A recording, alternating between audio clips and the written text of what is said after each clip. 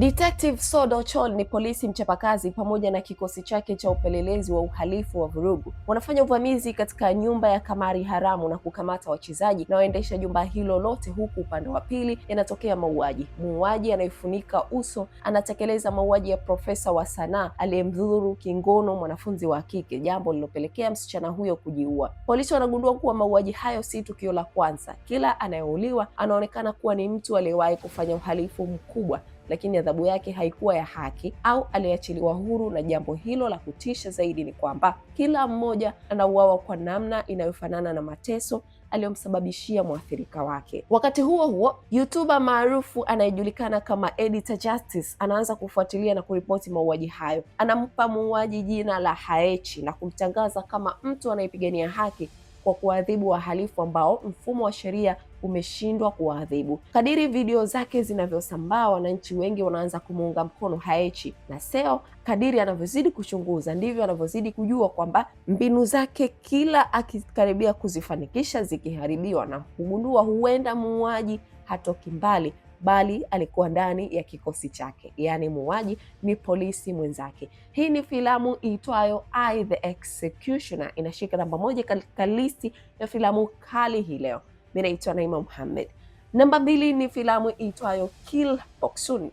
Gil Boksun ni muuaji wa kulipwa ambaye nje ya nyumba yake ni mwanamke hatari sana. Filamu inaanza ikimwonyesha akipambana na mtu mmoja ambaye anamuua. Boksun akipata kazi haachi makosa. Nyumbani ni mama mzuri na anaonekana ni mwanamke wa kawaida, na pia anampenda na kumjali mtoto wake Jae-young. Boksun anapata kazi mpya kutoka kwa mkurugenzi wa shirika lake Min-kyu. Anampa chaguo kati ya kumuua mtu mgeni au mtu wa ndani, na Boksun anachagua kazi ya ndani. Mlengwa ni mgombea wa waziri mkuu ambaye alificha kashfa ya mtoto wake kujiunga chuo kwa njia ya udanganyifu, na mzee huyo alitoa kazi ya kijana wake kuuliwa na ametaka mazingira ya kifo cha mtoto wake yaonekana kama amejiua ili kuwa kashfa anayokumbana nayo na kutetea siasa yake na kazi yake. Boksun anagundua kwamba mtoto huyo hana hatia. Badala ya kumuua, anamwacha hai na kumdanganya Min-kyu kwamba ameshindwa kutekeleza kazi. Boksun ambaye hakuwahi kushindwa kazi hata mara moja, kwa mara ya kwanza kafanya hivyo, na hiyo inageuka kuwa tatizo kwake. Kwa wale ambao hawakuwa wakimpenda akiwemo Min-kyu, wanaanza kutumia sababu hiyo kumfukuzisha kazi na kumtengenezea mazingira ya kuuawa kwake, kwani ni mtu hatari. Akiendelea kuishi na wao hawatakuwa salama. Lakini Boksun sio wa mchezo hivyo wanavyodhania. Anafanikiwa kuwaua wenzake ambao walipewa ahadi kubwa kwamba wakiweza kumuua basi watapata kazi na maisha mazuri. Vita si ndogo kwenye filamu hii, yani vita ni mwanzo mwisho.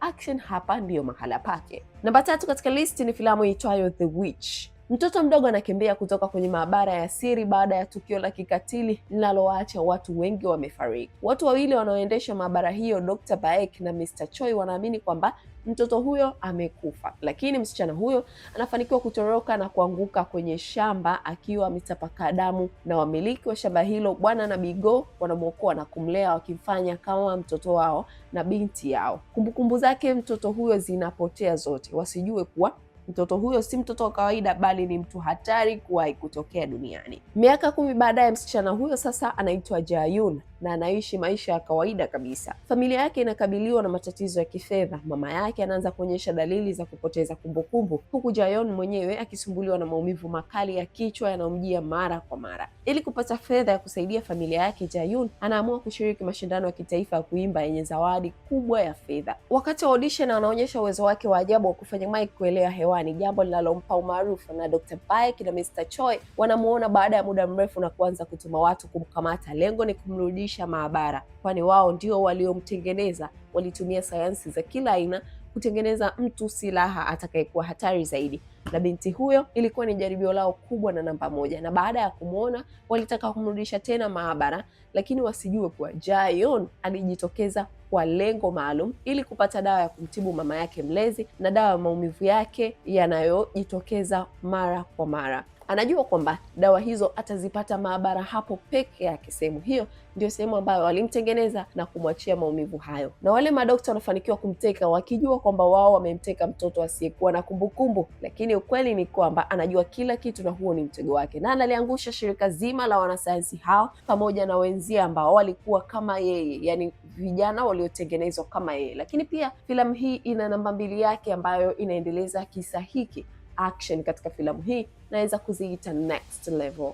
Ya mwisho katika listi ni hii iitwayo Mantis. Mantis ni mmoja wa wauaji bora kabisa ulimwenguni na muuaji wa kulipwa. Baada ya kuchukua likizo, anarudi na kugundua kwamba ulimwengu aliouzoea umebadilika kabisa. Kampuni kubwa ya mauaji inayojulikana kama MK imeanguka na kuacha pengo kubwa katika sekta hiyo. Bila MK, wauaji wengi wanapigania nafasi, nguvu na heshima, wakitaka kukaa ile level ya MK iliyokaaga hapo mwanzo. Mantis anaamua kurudi kwenye biashara na kujaribu kuanzisha kampuni yake mwenyewe, lakini mambo yanakuwa magumu anapokutana tena na Jai ambaye zamani alikuwa mshirika wake wa mafunzo, lakini pia mpinzani wake. Wawili hao na historia ya ushindani, na Jai hataki kuona Mantis akifanikiwa kirahisi. Mantis pia anakutana na Doc Gu, muuaji maarufu aliyestaafu ambaye wakati mmoja alikuwa mshauri na mwalimu wake ndani ya MK. Doc Gu anajua vizuri uwezo wa Mantis, lakini sasa uhusiano wao wa zamani hauwezi kuzuia ushindani unaoendelea katika ulimwengu wa wauaji. Hatimaye Mantis anatambua kwamba suala si tu kuanzisha kampuni mpya.